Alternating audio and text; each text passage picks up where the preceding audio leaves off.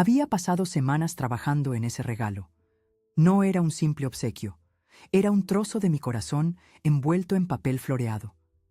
Para el 40º cumpleaños de Mónica, quería darle algo significativo, algo que el dinero no pudiera comprar.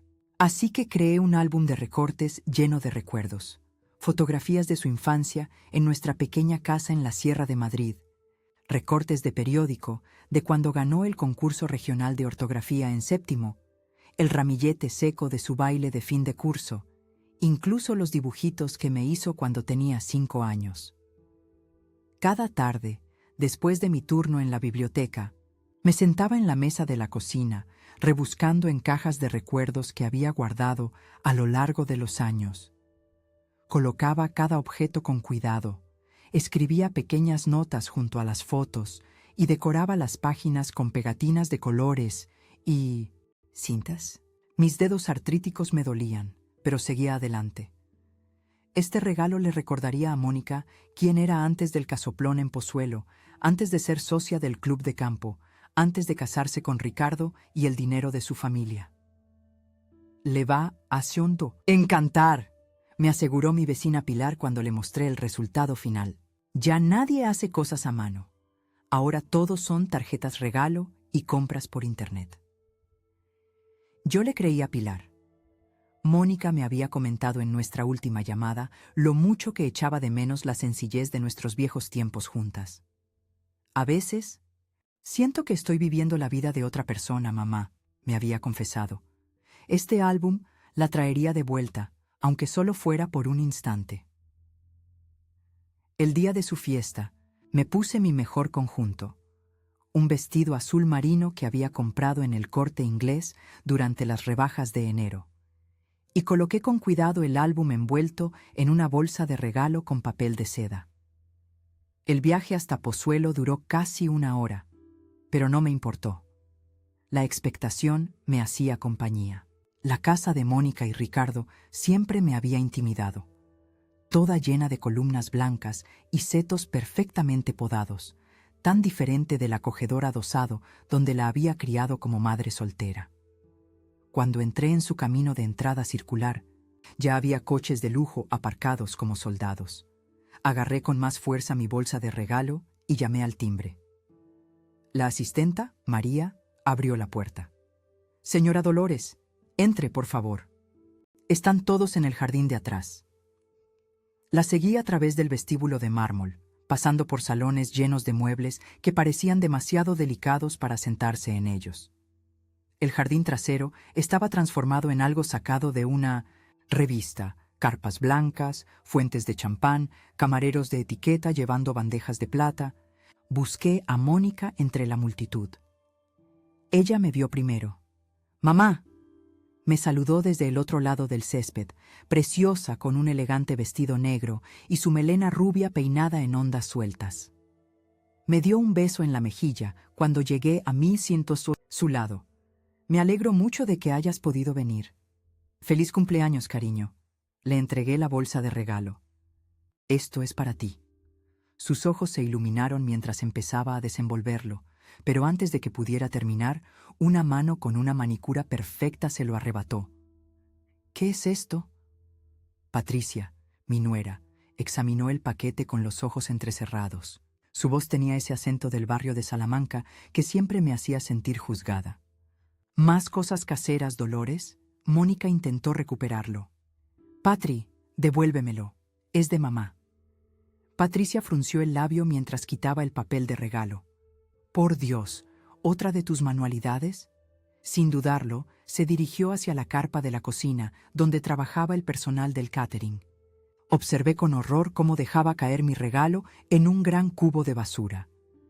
«Nadie necesita este tipo de trastos ocupando espacio en casa», anunció lo suficientemente alto como para que los invitados cercanos la oyeran. «Estamos intentando ordenar, ¿recuerdas, Moni? Maricondo y todo eso». El jardín se quedó en silencio. Varios invitados apartaron la mirada, avergonzados. Ricardo, mi yerno, de repente se interesó mucho por su copa de vino. Mónica se quedó paralizada, con la boca ligeramente abierta. Por un momento pensé que podría decir algo, que podría defenderme, En lugar de eso, me lanzó una mirada de disculpa y susurró: «Lo siento, mamá. Ya sabes cómo se pone Patri con las cosas». Sentí una opresión en el pecho. El peso de cada sacrificio que había hecho en mi vida, cada doble turno que trabajé para pagar las clases de ballet de Mónica, cada noche que me quedé despierta, ayudándola con los trabajos del colegio, se me vino encima de golpe. Sentí cómo 68 años de dignidad se escapaban de mi cuerpo. No lloré, no discutí. Simplemente asentí, le di una palmadita en el brazo a Mónica y dije: «Será mejor que me vaya. Me siento un poco cansada». «Pero si acabas de llegar», protestó débilmente. «Es un viaje largo de vuelta», dije. «Feliz cumpleaños, cielo». Salí por la puerta lateral en lugar de abrirme paso entre la multitud. Nadie me llamó, nadie me siguió. Mientras conducía a casa, el sol poniente proyectaba largas sombras sobre la autovía, y me di cuenta de que yo también me había convertido en una sombra en la vida de mi hija, algo que se reconoce brevemente y luego se olvida. Esa noche, me senté sola en mi salón, mirando la pared vacía donde antes colgaban las fotos de la infancia de Mónica, antes de que las quitara para el álbum. Me pregunté en qué momento exacto me había convertido en una molestia a la que tolerar en lugar de una madre a la que atesorar. Me pregunté si le había enseñado a mi hija a valorar las cosas equivocadas, o si simplemente no le había enseñado nada en absoluto. Fuera como fuese, algo tenía que cambiar. No podía seguir siendo el felpudo en el que se limpiaban sus zapatos caros. Al acercarse la medianoche, me hice una promesa. Nunca más permitiría que me humillaran así. Habían olvidado quién era yo, lo que había sacrificado, lo que había soportado. Pero yo se lo recordaría, de una forma u otra. Si no recordaban quién era yo, me aseguraría de que nunca lo olvidaran. El sueño me eludió esa noche. Mi modesto chalet en Majadahonda parecía burlarse de mí con su silencio. Llevaba viviendo aquí 15 años, desde que vendí nuestra PAM, casa familiar, después de que Mónica se fuera a la universidad. Siempre me había parecido acogedor, cómodo, mío.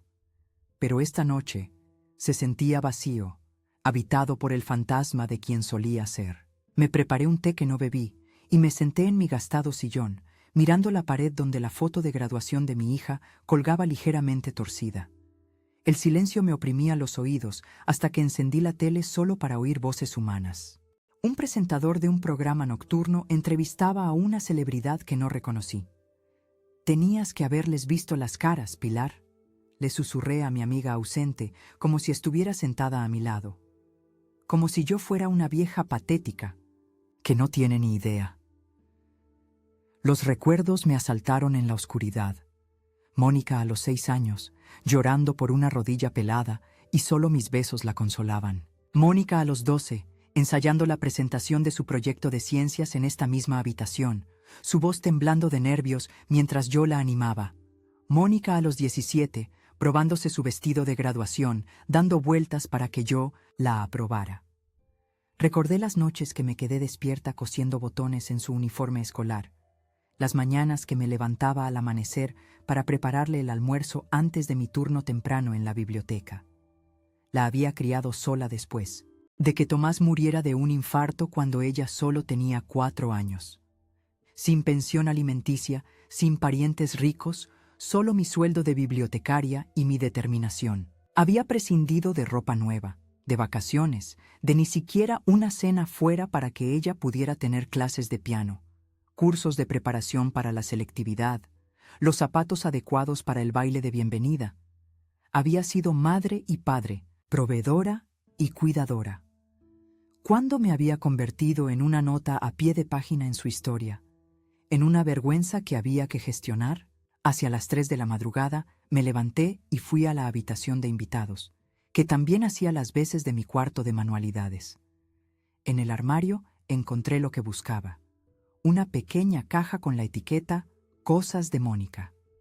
Dentro había duplicados de algunas fotos que había usado en el álbum, algunos recortes de periódico que no había incluido y algunos otros recuerdos. Me senté con las piernas cruzadas en el suelo, esparciendo los objetos a mi alrededor como piezas de un puzzle. Allí estaba Mónica con su uniforme de scout, mostrando con orgullo sus insignias. Allí estaba su carta de admisión en la Universidad Complutense, que celebramos con sidra con gas porque no podíamos permitirnos champán. Y allí, metida en un sobre amarillento, había una tarjeta del Día de la Madre que había hecho en quinto. Para la mejor mamá del mundo. Siempre seré tu niñita. Las lágrimas por fin llegaron, calientes y furiosas. Dejé que cayeran sobre mis manos, sobre los recuerdos esparcidos. Mentirosa, le susurré a la tarjeta. Ya no eres mi niñita, ahora eres una de ellos. Por ellos, me refería a los Preciado, la familia de Ricardo con su dinero de toda la vida y sus casas de veraneo en Sotogrande. Habían acogido a Mónica en su círculo después de que ella y Ricardo se conocieran en un evento benéfico 10 años atrás. Ella trabajaba como directora de marketing para una ONG. Él había estado allí representando a la empresa de inversión de su familia. En un año estaban casados en la finca de los Preciado. En 2, ella había dejado su trabajo porque, como Patricia me había explicado con condescendencia, las mujeres Preciado se centran en la filantropía, no en las carreras profesionales. La transformación había sido gradual. Primero fueron solo cambios en la forma en que Mónica vestía, hablaba, pasaba los fines de semana. Luego vino el sutil distanciamiento. Menos llamadas telefónicas, visitas más cortas, conversaciones cada vez más llenas de nombres y lugares que yo no conocía. Finalmente, llegaron los momentos como el de esta noche, en los que podía verla contenerse físicamente para no defenderme, para no reconocer nuestro pasado compartido. La pasma luz de la mañana finalmente se coló por mis ventanas. No había dormido, pero algo dentro de mí se había despertado. Me duché, preparé café y me senté en la mesa de mi cocina con un cuaderno. «Basta ya», escribí en la parte superior de la página. Luego empecé a enumerar todas las veces que me había tragado mi orgullo por el bien de Mónica, cuando Patricia había corregido mi gramática en la cena de Nochebuena, cuando Ricardo me había explicado cómo las bibliotecas se estaban volviendo obsoletas, mientras yo estaba sentada allí, una bibliotecaria con 30 años de experiencia, cuando me habían sugerido amablemente que no mencionara mi modesta crianza en Getafe delante de sus amigos. Durante 10 años me había estado encogiendo para caber en los rincones de la nueva vida de mi hija. Había sonreído, asentido y aceptado cada sutil insulto, cada desaire, porque no quería avergonzarla, porque quería que fuera feliz en el mundo que había elegido. Pero, ¿qué había conseguido con ello? Un álbum de recortes en la basura. Una hija que no daba la cara. ¿Por mí? Una familia política que me veía como una molestia. La antigua Dolores, la que había tenido 2 trabajos durante la crisis del 92, la que se había enfrentado al director del colegio de Mónica cuando intentó negarle el acceso a las clases avanzadas. Esa Dolores no habría tolerado esto. No se habría marchado con el rabo entre las piernas. Cogí el teléfono y busqué el número de Mónica, mi pulgar flotando sobre él. ¿Qué le diría siquiera? ¿Tu familia política son unos snobs? ¿Has cambiado? ¿Me has roto el corazón? Nada de eso importaría. Las palabras no podían arreglar lo que había pasado anoche. Solo las acciones lo harían. Dejé el teléfono y volví a mi cuaderno. Si Patricia pensaba que podía humillarme e irse de rositas, estaba muy equivocada. Si Mónica pensaba que podía quedarse de brazos cruzados mientras me faltaban al respeto, se iba a llevar una sorpresa. Y si los Preciado creían que seguiría interpretando el papel de la suegra humilde y agradecida del barrio obrero, estaban a punto de descubrir cuán equivocados estaban. Preparé otra cafetera y empecé a planear. No quería venganza exactamente. Esa palabra parecía demasiado dura, demasiado dramática para lo que tenía en mente. Quería reconocimiento, quería respeto, quería recuperar a mi hija. Para el mediodía ya tenía mi estrategia trazada. No sería rápida ni llamativa. Sería sutil, metódica y absolutamente devastadora. Patricia había tirado mi regalo, pero no tenía ni idea de lo que realmente había desechado. Mi paciencia, mi contención, mi voluntad de ser olvidada. La Dolores que entró en su jardín esa tarde había muerto en una carpa de cocina. La mujer que resurgió de las cenizas era otra completamente distinta, alguien a quien ya no se podría ignorar. Pasaron 3 días sin una palabra de Mónica. Continué con mi rutina. Colocar libros en la biblioteca, regar mi jardín, charlar con Pilar, por encima de la valla, todo mientras mi plan tomaba forma en mi mente. Había decidido empezar poco a poco, una llamada por aquí, un comentario casual por allá, semillas plantadas con cuidado que crecerían hasta convertirse en algo imparable. Estaba en el jardín cortando lavanda para hacer un ramo cuando lo oí. 3 golpes secos en mi puerta principal, una pausa y luego otra ráfaga de golpes frenéticos. El corazón me dio un vuelco. Solo una persona llamaba así, Mónica, cuando estaba disgustada. ¿Habría venido finalmente a disculparse? Me limpié las manos en el delantal de jardinería y atravesé la casa, sin prisas. Que espere, que se pregunte si voy a abrir. Pero cuando abrí la puerta, no era Mónica la que estaba en mi porche. Era Patricia. No se parecía en nada a la mujer pulcra y perfecta que había tirado mi regalo a la basura. Su pelo, con mechas, color caramelo, estaba recogido en una coleta desordenada. Tenía el maquillaje corrido bajo los ojos, el rímel creando pequeñas telarañas en sus mejillas. Llevaba mallas de yoga y un top arrugado de Carolina Herrera, un atuendo con el que nunca la había visto. Patricia Preciado no iba de sport en público. Dolores, dijo con la voz ronca. Tenía los ojos enrojecidos y le temblaban las manos. ¿Puedo pasar? Por favor, no me moví del umbral. Esto es una sorpresa. Miró nerviosamente por encima del hombro hacia su Range Rover blanco aparcado en mi entrada. Lo sé, debería haber llamado, pero no pensé que me cogerías el teléfono. Tenía razón en eso. ¿Qué quieres, Patricia? Mantuve mi voz neutra, ni acogedora ni hostil. Necesito hablar contigo. Bajó la voz. Es sobre Mónica. Un escalofrío me recorrió el cuerpo. ¿Está bien? Está bien. Físicamente, al menos. Patricia jugueteaba con su anillo de bodas, dándole vueltas en el dedo. ¿Puedo pasar, por favor? No quiero que los vecinos te vean en casa de la bibliotecaria del pueblo.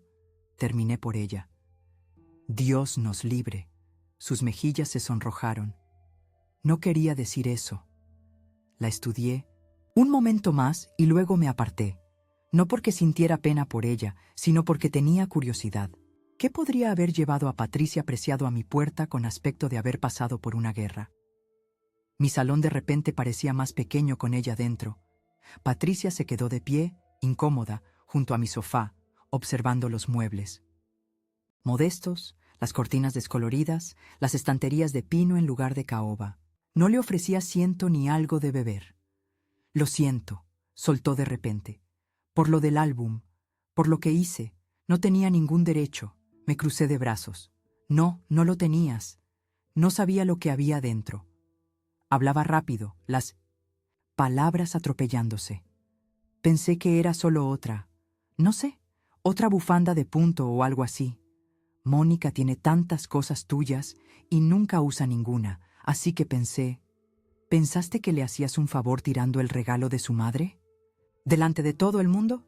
Mi voz permaneció calmada, pero sentí una feroz satisfacción al verla encogerse ante mis palabras.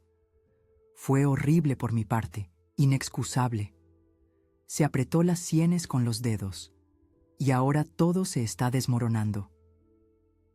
¿Qué quieres decir?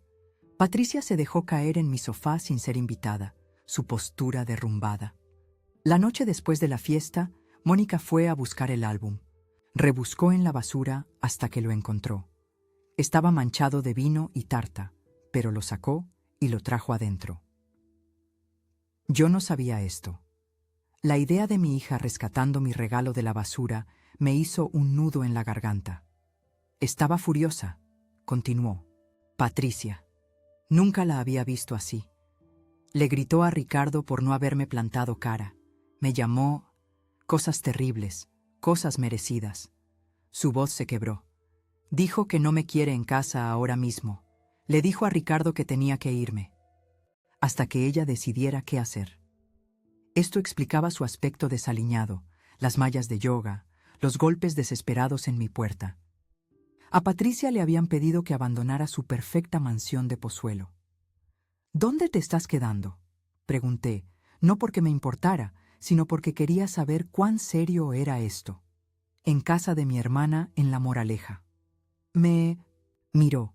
Las manchas de rímel hacían que sus ojos parecieran amoratados. Dolores, no me coge las llamadas. Ricardo dice que a él tampoco le habla apenas. Simplemente se sienta en la habitación de invitados mirando ese álbum durante horas. Fui a la cocina, llené un vaso de agua y volví para dárselo a Patricia. No por amabilidad, sino para darme tiempo a procesar lo que me estaba contando. Mónica me había defendido después de todo, solo que no cuando importaba, no cuando yo estaba allí para presenciarlo. Patricia tomó un pequeño sorbo. La cuestión es que necesito tu ayuda. Casi me reí. ¿Mi ayuda? Mónica te respeta, te escucha. Patricia se inclinó hacia adelante, su voz adoptando el tono persuasivo que probablemente usaba en las reuniones del comité de caridad. Si hablas con ella, si le dices que me perdonas, dejará pasar esto. Todos podremos superar este desafortunado incidente. Desafortunado incidente, repetí. ¿Así es como llamamos a la humillación pública estos días? Cometí un error. Sus ojos se endurecieron ligeramente. La gente comete errores, Dolores. Tú también los habrás cometido, estoy segura. Y ahí estaba, la verdadera Patricia saliendo a través de la fachada de contrición. Incluso ahora, incluso mientras suplicaba mi ayuda, no podía resistirse a ponerme en mi sitio. Caminé hacia mi ventana y miré mi pequeño jardín, la lavanda que había estado cortando. Por un momento, consideré decirle que se fuera, que resolviera su propio lío, pero entonces recordé mi plan, las semillas que necesitaba plantar. Hablaré con Mónica, dije finalmente volviéndome hacia ella. El alivio inundó su rostro. ¿Lo harás? Oh, gracias, Dolores. Sabía que lo entenderías. La familia tiene que permanecer unida, ¿verdad? Sí, asentí. La familia sí. Patricia se levantó, alisándose el top arrugado. ¿Así que la llamarás hoy? ¿Le dirás que todo fue un malentendido? Sonreí. No fue una sonrisa cálida. Le diré exactamente lo que hay que decir. No captó el filo en mi voz, demasiado ocupada imaginando ya su regreso triunfal a Pozuelo. No sabes cómo te lo agradezco. Ricardo se sentirá tan aliviado. Todo este asunto ha sido tan incómodo para todos. La acompañé a la puerta, manteniendo mi expresión agradable. Cuando salió al porche, se volvió. Siempre te he respetado, ¿sabes?, dijo, como si me ofreciera un precioso regalo. Criar a Mónica sola, trabajar en la biblioteca todos esos años. Es muy admirable. La condescendencia en su voz me puso la piel de gallina, pero solo asentí. Llamaré a Mónica esta tarde. Perfecto.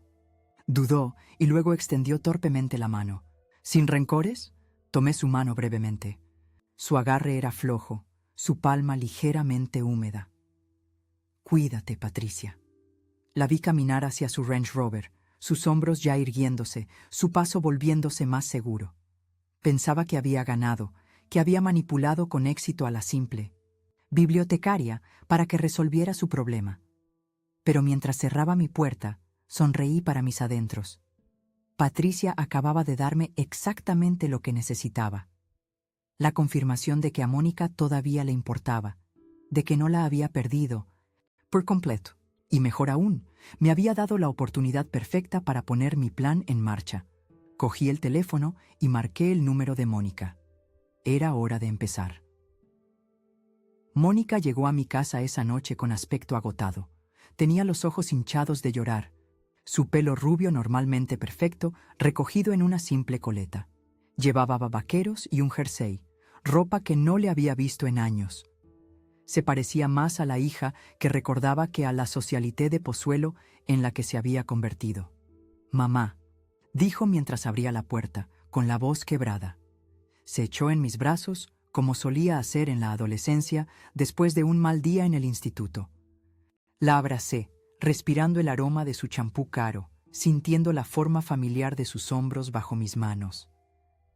«Entra, cariño», le dije, llevándola a la cocina. Le había preparado su favorito, manzanilla con miel y galletas de mantequilla, y limón de la receta que mi madre me había pasado. Se sentó en la mesa de mi cocina, pasando el dedo por un arañazo en la madera. «Patricia vino a verte, ¿verdad?», asentí, sirviendo la infusión. «Sí, vino». «Lo siento mucho, mamá». Las lágrimas volvieron a asomar a sus ojos. Debería haber dicho algo en la fiesta. Debería haberla detenido. Puse una taza delante de ella y me senté al otro lado de la mesa. «¿Por qué no lo hiciste?». Mónica se quedó mirando su taza. «No lo sé. Pasó todo tan rápido. Y luego todo el mundo estaba mirando, y yo simplemente…». Me bloqueé. Levantó la vista hacia mí, con el rostro desencajado. «He sido una cobarde. Desde que me casé con Ricardo, he dejado pasar las cosas. La forma en que su madre te habla en Navidad, la forma en que Patricia te excluye de los eventos familiares, la forma en que Ricardo nunca da la cara por ti, por nosotras. ¿Y por qué es eso?». Mantuve mi voz suave, sin acusar. «Porque quería encajar». Su confesión salió en un susurro. Quería que me aceptaran. Estaba cansada de ser la chica de la beca, la que no veraneaba en Sotogrande ni iba a un internado. Se secó los ojos con el dorso de la mano. «Pero nunca quise que llegara tan lejos. Nunca pensé que me quedaría ahí parada mientras alguien tiraba algo que tú habías hecho para mí, algo lleno de nuestros recuerdos». Crucé la mesa y tomé su mano. «El álbum no es lo que importa, Mónica. Es lo que representa, nuestra historia. ¿Quiénes somos? ¿Quién eres tú?». «Lo sé», apretó mi mano. «Lo encontré en la basura esa noche. Estaba manchado, pero me lo llevé a casa. Llevo días mirándolo. Todas esas fotos nuestras en el antiguo piso, mi diploma del concurso de ortografía, las entradas de cuando me llevaste a ver El Rey León en la Gran Vía por mi 10º cumpleaños. ¿Cómo pudiste permitirte eso con tu sueldo, mamá?». «Ahorré durante 6 meses», dije. Simplemente. Llevándome el almuerzo todos los días, yendo andando al trabajo en lugar de coger el autobús. Nuevas lágrimas rodaron por sus mejillas. «Y he estado dejando que te traten como si no fueras nada, como si todo eso no importara». No la contradije. Dejé que la verdad de sus palabras flotara en el aire entre nosotras. «Le dije a Patricia que se fuera», dijo después de un momento. No podía ni verla. Le dije a Ricardo que necesitaba espacio para pensar. «¿Y en qué estás pensando?», pregunté. Suspiró profundamente. «En que me he perdido a mí misma, que he estado interpretando un papel durante tanto tiempo que he olvidado quién soy realmente». Miró alrededor de mi modesta cocina con nuevos ojos. «Echo de menos esto, la sencillez, lo auténtico. Nuestros desayunos de tortitas los domingos, el árbol de Navidad que decorábamos con esos adornos, caseros. Echo de menos quién era yo cuando era tu hija, no la esposa de Ricardo o la cuñada de Patricia. Esta era mi oportunidad. El momento de empezar a tejer mi red. Sigues siendo mi hija, Mónica. Nada puede cambiar eso».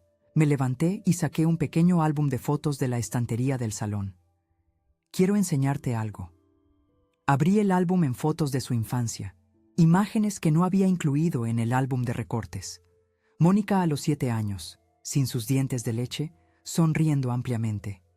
Mónica a los 13, desgarbada e incómoda con su primer traje de baile. Mónica a los 18, sosteniendo con orgullo su carta de admisión en la Complutense. «Eras una niña tan decidida», dije, pasando las páginas lentamente. ¿Recuerdas cuando la señora Hernández dijo que nunca entrarías en el equipo de debate porque eras demasiado tímida? Practicaste frente al espejo durante semanas y terminaste siendo la capitana del equipo. Mónica sonrió entre lágrimas. Estaba tan nerviosa en ese primer debate, pero tú estabas sentada en primera fila, lanzándome esa mirada, la que decía, tú puedes con esto. Siempre lo has tenido dentro. De ti, dije. Esa fuerza, esa convicción. Sigue ahí, Mónica. Es quien eres. Hablamos durante horas. Compartí historias que ella había olvidado. Le recordé las luchas que habíamos superado juntas, el vínculo que nos había sostenido en los momentos más difíciles. Con cada recuerdo podía verla recordándose a sí misma, la Mónica antes, de Pozuelo, antes de Los Preciado. Cuando finalmente se fue, cerca de la medianoche, me abrazó con fuerza. No sé qué hacer con Patricia, admitió. Parte de mí quiere perdonarla y seguir adelante. Eso es lo que harían Los Preciado, barrerlo debajo de la alfombra, fingir que nunca sucedió. ¿Y qué haría Mónica López?, pregunté. Enderezó ligeramente los hombros. Se mantendría firme. Sonreí. Esa es mi chica. Después de que se fuera, me senté en mi casa silenciosa, sintiendo cómo las primeras piezas de mi plan encajaban. La semilla había sido plantada. No el perdón para Patricia, sino el recuerdo para Mónica. Un recuerdo de quién era, de dónde venía y de lo que había permitido que sucediera. A la mañana siguiente, llamé a mi hermana Juana a Segovia. No habíamos hablado mucho desde que hizo un comentario sobre que Mónica se había vuelto demasiado estirada para nosotros después de su matrimonio, pero la familia era la familia. ¿Juana? Soy Dolores. Necesito hablar contigo sobre algo que pasó en la fiesta de cumpleaños de Mónica. Le conté la historia con calma, de forma objetiva, sin adornos. Juana jadeó apropiadamente en los momentos adecuados. ¿Esa mujer tiró tu regalo hecho a mano a la basura? ¿Delante de todos? Su indignación era genuina. ¿Y Mónica simplemente lo permitió? Se quedó en shock, dije, defendiendo. A mi hija lo justo. Pero sí, nadie detuvo a Patricia. ¿Se lo has contado a la tía Marga? Deberías saber cómo te están tratando. No lo había hecho, pero lo hice justo después de colgar con Juana. La tía Marga llamó a la prima Berta, quien llamó a su hija Emma, que casualmente era amiga de una de las compañeras de piso de la Universidad de Mónica. A media tarde, mi teléfono sonaba con llamadas de parientes y viejos amigos de los que no había sabido nada en años, todos expresando su conmoción y apoyo. No tuve que exagerar ni mentir. La verdad era suficientemente condenatoria. Luego, di un paso pequeño pero significativo. Recuperé el álbum manchado del coche de Mónica, lo había traído para enseñármelo y lo fotografié. Publiqué la imagen en mi cuenta de Facebook, que apenas usaba, con un simple pie de foto. Algunos regalos están hechos con amor, incluso cuando el amor no es correspondido. Agradecida de que mi hija rescatara esto de la basura. No di nombres. No era necesario. En cuestión de horas, los comentarios inundaron la publicación. Antiguos vecinos de Getafe, excolegas de la biblioteca, parientes lejanos y amigos de amigos, todos expresando su consternación y apoyo. Varios amigos de la infancia de Mónica compartieron la publicación, añadiendo sus propios recuerdos de los momentos pasados en nuestra casa, de las fiestas de cumpleaños que había organizado con un presupuesto ajustado, del amor que siempre había llenado nuestros modestos espacios. La onda expansiva había comenzado. Y mientras veía las notificaciones en mi teléfono, sentí una tranquila satisfacción. No había levantado la voz, no había montado una escena. Simplemente había dejado que la verdad hablara por sí misma. Los Preciado estaban a punto de aprender que a veces el oponente más peligroso no es el que grita más fuerte, sino el que sabe exactamente qué hilos mover. Los efectos de mi silenciosa campaña fueron sutiles al principio. Unas cuantas citas para tomar café canceladas para Patricia. Un par de encuentros incómodos en el supermercado.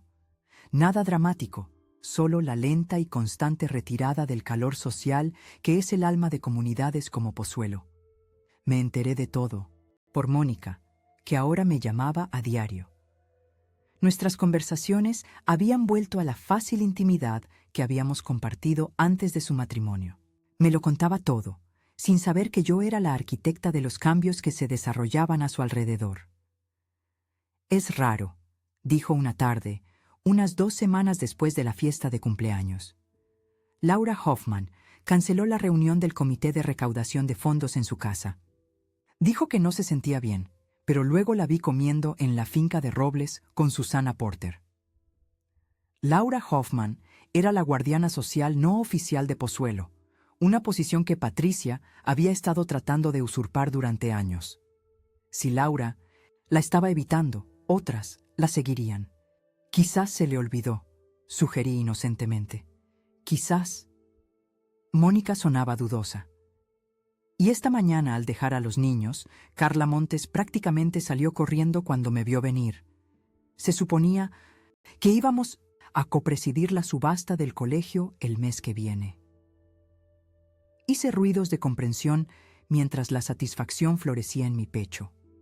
La hija de Carla Montes asistía al mismo colegio privado que los hijos de Mónica. Su marido trabajaba para una empresa que hacía negocios con los Preciado. El frío social se estaba extendiendo. Patricia seguía en casa de su hermana en La Moraleja, pero se estaba desesperando. Me había llamado 2 veces más, cada vez más insistente en que interviniera en su nombre. Dejé que sus llamadas fueran al buzón de voz, escuchando sus mensajes con una diversión distante. Su voz se volvía menos pulcra con cada uno. El acento pijo se deslizaba para revelar la educación de clase media que tanto se esforzaba por ocultar. «Dolores, por favor», suplicaba su último mensaje. «Mónica ni siquiera quiere discutir cuándo puedo volver a casa. Ricardo está empezando a ponerse de su lado.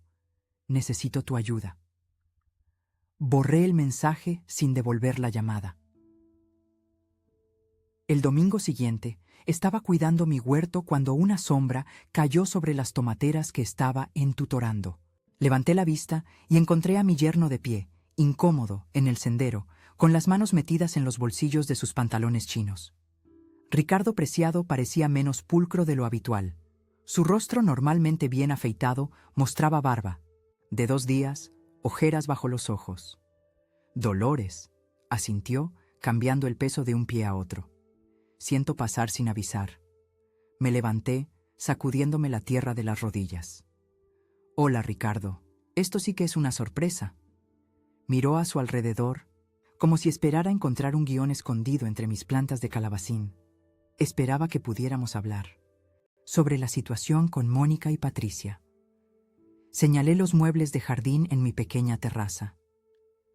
«¿Quieres un té helado?», asintió agradecido, siguiéndome a la terraza y sentándose rígidamente en una de mis sillas desgastadas por el tiempo. Saqué 2 vasos de té y me senté frente a él, esperando. Ricardo carraspeó. «Quiero disculparme por lo que pasó en la fiesta. Fue inexcusable». «Sí, lo fue», asentí simplemente.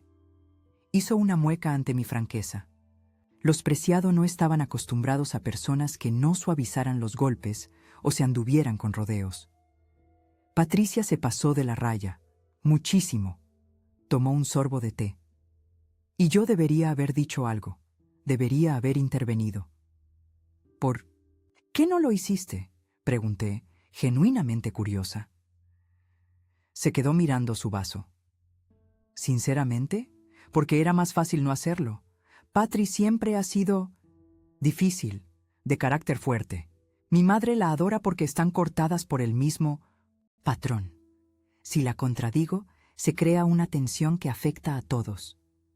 Me miró. «No es una excusa, es solo la realidad con la que he estado viviendo». Asentí, dejándole continuar. «Pero las cosas han cambiado ahora. Mónica está diferente. Está enfadada todo el tiempo, no solo con Patricia, sino conmigo, con mis padres, con toda esta vida que hemos construido. Se pasó una mano por el pelo. Anoche me preguntó si recordaba quién era ella antes de que nos conociéramos, antes de convertirse en un apreciado. La pregunta quedó flotando en el aire entre nosotros. Sorbí mi té, observando a un cardenal posarse en mi comedero para pájaros. ¿Lo recuerdas?, pregunté finalmente. La risa de Ricardo fue hueca. Pensaba que sí. Pero ahora no estoy tan seguro. Se inclinó hacia adelante. La encontré mirando anuncios de pisos en internet ayer. Cuando le pregunté, dijo que necesitaba un plan de contingencia. Eso me asustó, Dolores. Sentí una punzada de algo, no exactamente culpa, sino conciencia del poder que ahora ejercía. Mi silenciosa campaña estaba teniendo efectos mayores de los que había previsto. ¿Qué quieres de mí, Ricardo?, extendió las manos. Ayúdame a arreglar esto. Habla con Mónica. Dile que Patricia lo siente, que todos lo sentimos, que podemos superar esto como familia. ¿Patricia lo siente?, pregunté directamente. ¿O solo siente las consecuencias? El silencio de Ricardo fue respuesta suficiente. ¿Y qué hay de ti?, continué.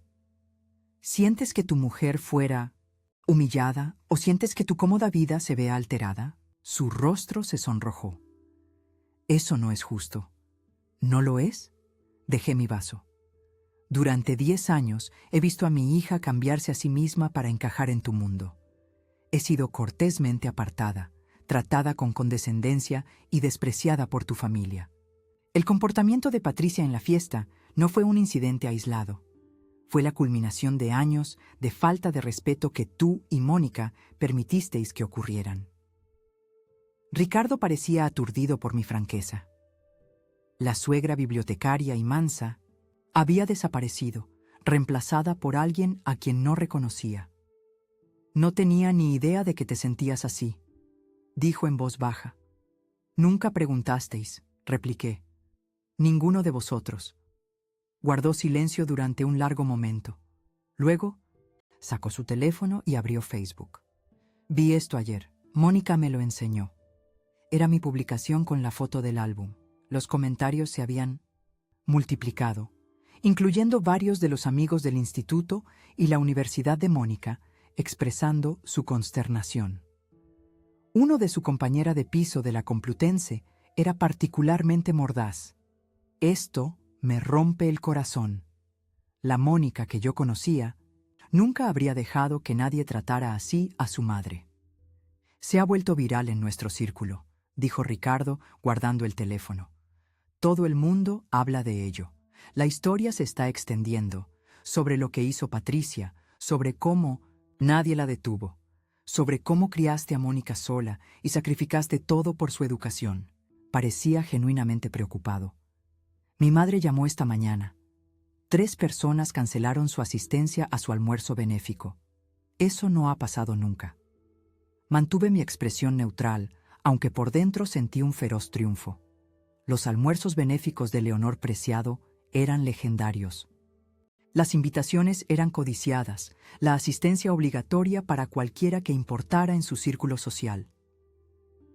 Las redes sociales pueden ser impredecibles, dije suavemente. Ricardo me lanzó una mirada inquisitiva, como si me viera claramente, por primera vez. No diste nombres en tu publicación, no fuiste vengativa, solo compartiste tu verdad. Sacudió la cabeza lentamente. Te subestimé, Dolores. Ofrecí una pequeña sonrisa. La mayoría de la gente lo hace. Se levantó, dejando su té a medio terminar sobre la mesa. ¿Al menos pensarás en hablar con Mónica? No por el bien de Patricia, sino por todos nosotros. Por la familia. Lo pensaré, prometí, sabiendo que no tenía intención de intervenir.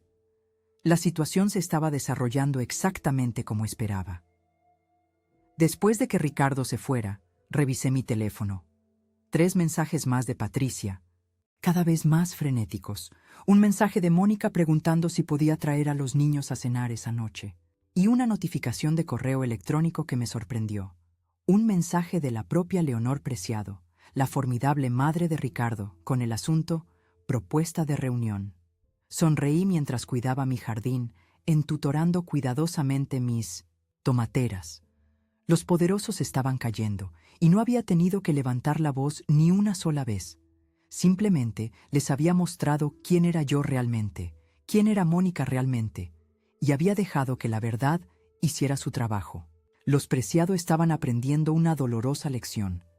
El estatus social, una vez perdido, es casi imposible de recuperar.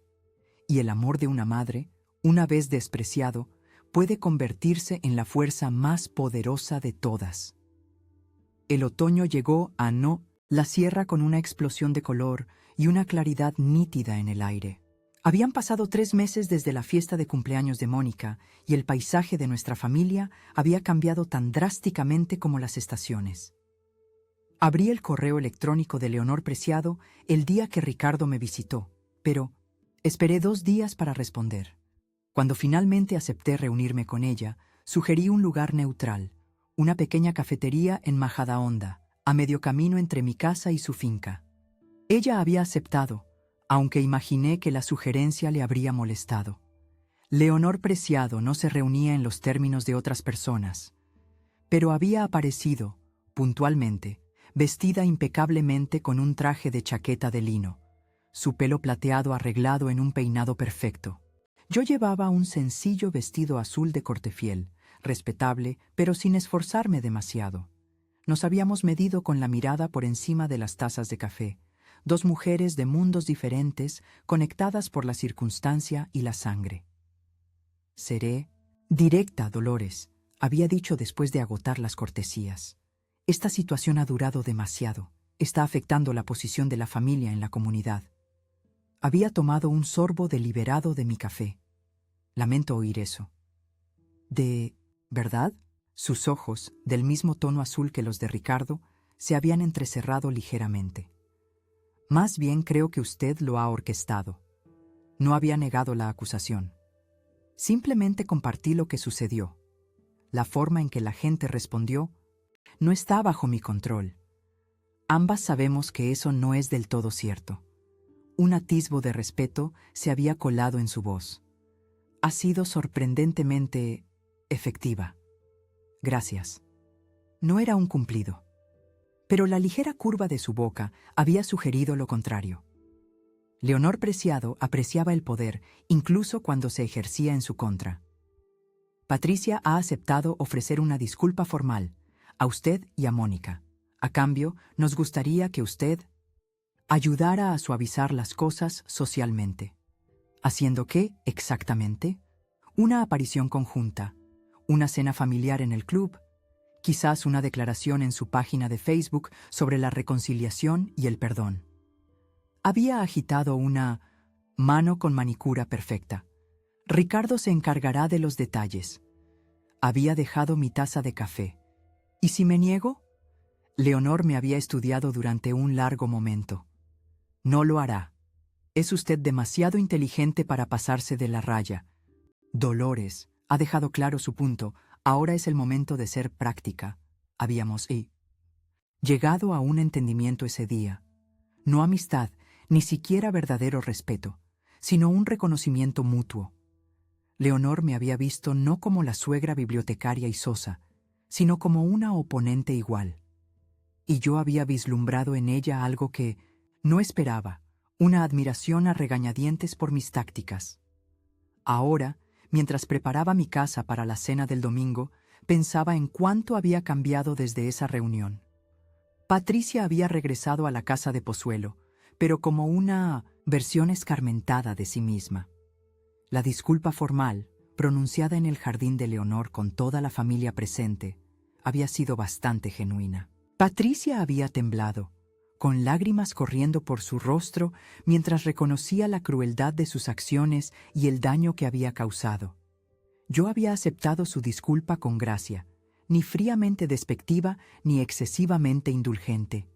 Y cuando había buscado la mano de Mónica durante la tensa reunión, mi hija había apretado la mía con fuerza, nuestro frente unido inconfundible.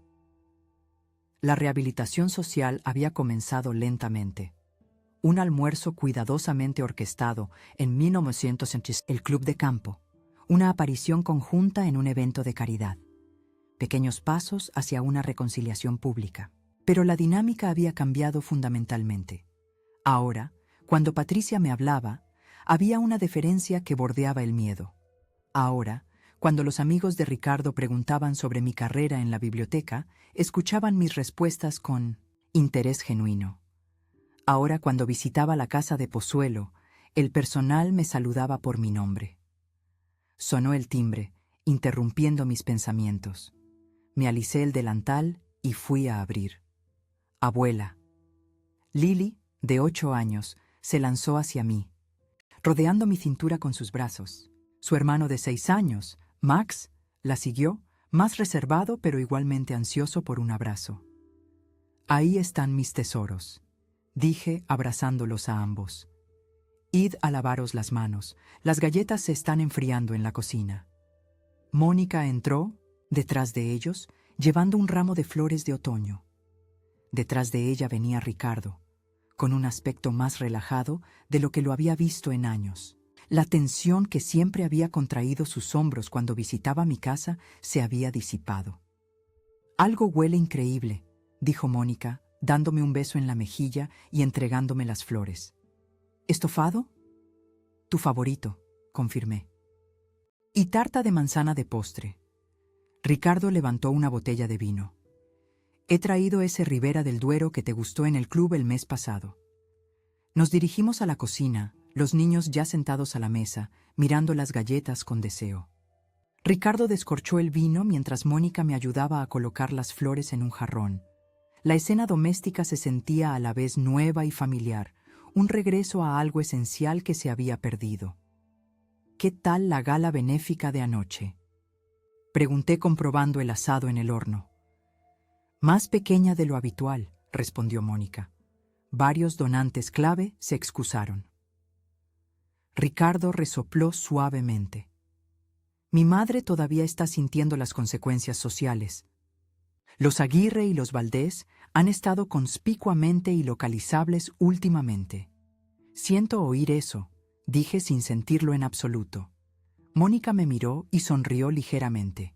No, no lo sientes, pero no pasa nada, bajó la voz. Entre nosotras, ha sido un respiro. Las constantes obligaciones sociales eran agotadoras. Nos estamos centrando más en la familia estos días, añadió Ricardo, sirviendo vino en las copas. Menos networking, más vida real. Después de cenar, mientras Ricardo ayudaba a los niños a construir un fuerte en el salón, Mónica y yo nos quedamos una al lado de la otra en el fregadero, lavando los platos a la antigua usanza en lugar de usar el lavavajillas. Me recordó a nuestras tardes en el piso de Getafe antes de que la universidad, las carreras y los matrimonios nos separaran. He encontrado un local, dijo Mónica en voz baja, pasándome un plato para que lo secara. ¿Un local? Para mi estudio de arte, en Pozuelo, justo al lado de la calle principal. Sus ojos se iluminaron. Voy a empezar a pintar de nuevo, quizás dar algunas clases. Sentí una oleada de alegría. Mónica había sido una artista talentosa, en el instituto y la universidad, antes de que el marketing y la maternidad tomaran el relevo. Eso es maravilloso, cariño. No lo habría hecho sin ti. Volvió a meter las manos en el agua jabonosa. Todo este lío, por doloroso que fuera, me despertó. Me hizo recordar quién soy, quiénes somos. Desde el salón llegaba el sonido de las risas de los niños y la carcajada profunda de Ricardo. La luz del sol de la tarde se colaba por las ventanas de mi cocina, calentando las paredes amarillas. Patricia me pidió que me uniera a la junta del museo, dije, todavía un poco sorprendida por la invitación que había llegado la semana 1950 pasada. Al parecer, lo sugirió Leonor. Mónica enarcó una ceja. ¿Vas a aceptar? Puede que sí, sonreí. He estado leyendo sobre su colección. Les vendría bien alguien con conocimientos reales de historia del arte en lugar de solo bolsillos profundos. Terminamos los platos en un cómodo silencio. Más tarde, mientras nos reuníamos todos en el salón, Max y Lily mostrándome su fuerte, Ricardo y Mónica relajados en el sofá, sentí una profunda sensación de corrección. Esto era lo que había querido todo el tiempo. No venganza, no humillación, sino reconocimiento. Un lugar en la mesa, una voz que fuera escuchada. El álbum de recortes rescatado reposaba con orgullo en mi mesa de centro, ya no escondido, sino exhibido como el tesoro que era. Lily lo había estado hojeando toda la tarde, haciendo preguntas sobre la infancia de su madre, aprendiendo la historia que nos conectaba a todos. Al acercarse la noche, Ricardo ayudó a los niños a ponerse los abrigos mientras Mónica empaquetaba los restos de la tarta para que se los llevaran a casa. ¿A la misma hora la semana que viene?, preguntó Ricardo, sorprendiéndome. Estas cenas de domingo habían sido idea de Mónica, no suya. Me encantaría, dije. Asintió y luego añadió con vacilación. Mi madre mencionó celebrar la cena de Nochebuena en nuestra casa este año. Todos juntos. ¿Te parecería bien? Pensé en las Nochebuenas anteriores en la finca de los Preciado. Yo relegada a un extremo de la mesa, apenas incluida en las conversaciones. Patricia controlando la disposición de los asientos y el menú con precisión militar. Suena encantador, dije. Traeré mi mermelada de arándanos. ¿La que lleva ralladura de naranja? Su rostro se iluminó. Mónica siempre habla de ella. Después de que se fueran, me senté en mi silencioso salón, satisfecha de una manera que no lo había estado en años. No había necesitado gritar ni montar escenas. No me había rebajado al nivel de crueldad de Patricia. Simplemente me había negado a ser olvidada. Me había negado a dejar que mi hija se olvidara de sí misma. Me había negado a aceptar la falta de respeto como mi destino. Sonó el teléfono. Leonor Preciado llamando para discutir. El puesto en la junta del museo y los planes para Nochebuena. Respondí con la confianza de una mujer que conocía su valía, que había reclamado su lugar en la vida de su hija, que había enseñado a una familia de privilegios que el verdadero valor no se podía medir en estatus social o cuentas bancarias. Leonor, dije cálidamente, qué alegría oírte. Y mientras hablábamos, haciendo planes y negociando detalles, me di cuenta de que la venganza más satisfactoria no había sido ver la caída en desgracia de Patricia o incluso la incomodidad social de los Preciado. Había sido esto, el redescubrimiento de mi propio poder, el regreso del verdadero yo de mi hija y la creación de una familia unida no por la obligación o la apariencia, sino por un genuino respeto y amor. Había conseguido todo lo que quería y no había tenido que levantar la voz ni una sola vez.